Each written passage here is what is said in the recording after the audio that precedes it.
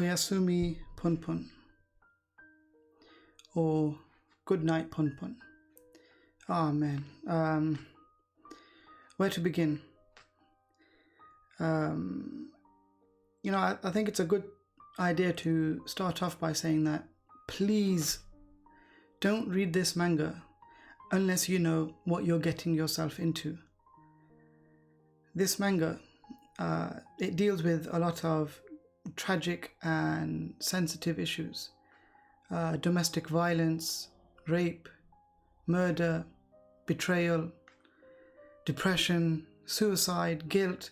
There's so much emotion that is involved in this manga that if you're already feeling down or depressed, then I'd probably not read this. What's worse is that in this current climate with the coronavirus and mental health on the rise, please be sure that you are ready for a manga with a very unstable plot and with very unstable characters. It's definitely a manga for older and more mature audiences. I'd even go so far as to say it's strictly for adults. Just to give you a bit of insight, my YouTube channel is still relatively new, and I have a few subscribers who I'm very appreciative of, and my view count isn't that great. And like anyone, I've definitely felt very dejected over the last couple of days.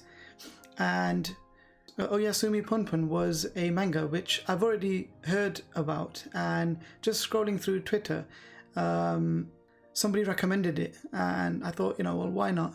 Maybe I could make a video on this and give my review and reaction for it. But as I say, I was feeling quite dejected, and so I think the mistake I might have made is reading it at a time where I myself, I'm feeling quite down and, not feeling quite great. So it's probably the worst time for me to read this manga. So I would definitely tell, all of you listeners out there, please, if you're going to read this manga, then please make sure that, you do understand that you are going to be reading something that is very realistic, very quite bare, and deals with themes which are very difficult to deal with at times. Now, I've read quite a few manga in my time, but apart from Berserk and maybe Monster, have I ever felt so attached to the characters and the world as much as I have with this manga. I've become a huge fan of Inio Asano. It's his ability to draw on real life scenarios and to create and build a world only for it to come crashing down. It's it's sad, but it's phenomenal the way he can do this. And I think this is what sets PunPun apart from Berserk, because I think for me, Berserk is truly one of the best mangas I've ever read. And the fact that it is still, a fantasy-based story, PunPun is very different in the sense that it deals with, real-life scenarios and real-life issues.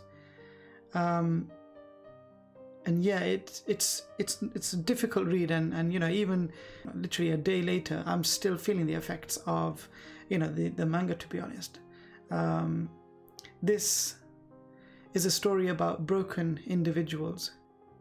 The story follows PunPun, a character whom I think we can all relate to at some point in his life. The brilliance of this storytelling is that we never really get to see what PunPun really looks like. He is drawn differently from other characters, and I think this is quite deliberate, because I think Inio Asano wants us to understand that PunPun could be any one of us. And I think what's incredible about this manga is the actual artwork. You really feel the emotions that each character is going through, the facial expressions, the body language. Man, I mean, just reading some of the panels, I was just awestruck by, some of the drawing, and the artwork is just, it's some of the best that I've ever, seen.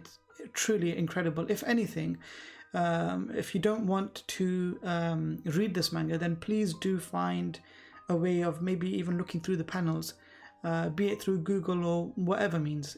Hands down, the artwork in this manga is definitely in my top 5 artwork. So the story follows PunPun from his early years. He's a curious, naive, regular child, you can say, but he's quickly faced with tragedy, which spirals him down this dark path. And what you experience with this manga is PunPun's growth and reasoning for the choices that, he makes. Without any real guidance in his early life, it kind of shapes the way that he begins to think. PunPun is somebody who is extremely sensitive. A lot of things that he does is based on, his emotions. And, he's a character who cries quite a lot. He's very in tune with his emotions. And he is somebody who talks quite a lot to himself, and I think the fact that he's not very open, or he begins to close himself off from the world, and the fact that he is talking to himself so much, it starts to paint a very negative picture of the world that he's living in. PunPun most definitely will be a character that you will find times where you love him and times where you will hate him. But you will always have an understanding for his decisions, because you will be so invested in him that you will know his circumstances and the way that he grew up. PunPun's one true shining beacon of light is Aiko Tanaka. She's a transfer student who transfers to PunPun's class quite early on in the story.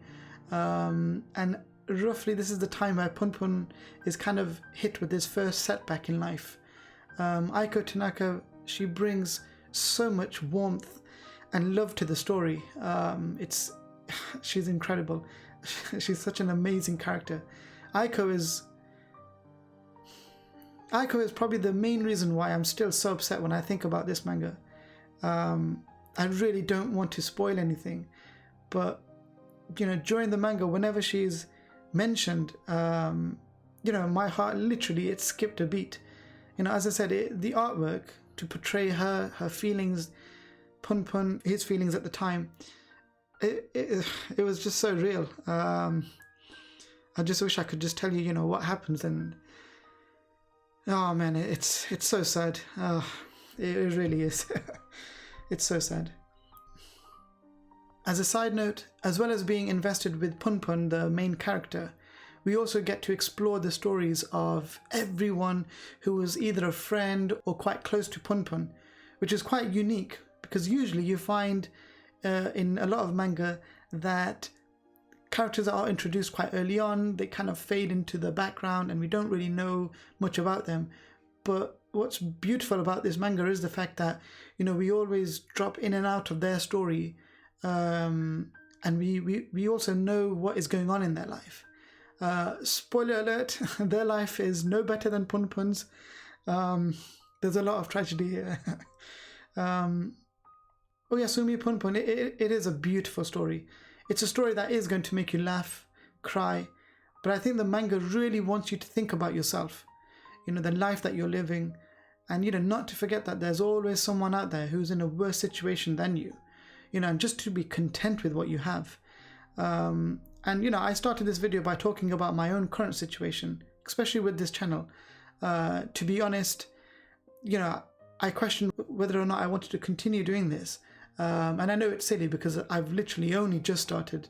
But the support that I've had from a number of you guys, especially on Twitter with some of the people that I've been speaking to, it's just been amazing. So I just wanted to give a huge shout out to my fellow Mangatubers, Hachi, Hall of Weeb, Bizarre Individual, Hobbies of a Man. There's just so many of you guys, and I want to put a link down to their YouTube channels. And please guys, if you're listening to this and you haven't subscribed to their channels, please do subscribe to their channel, because they're doing some phenomenal work out there, and it needs to be recognized.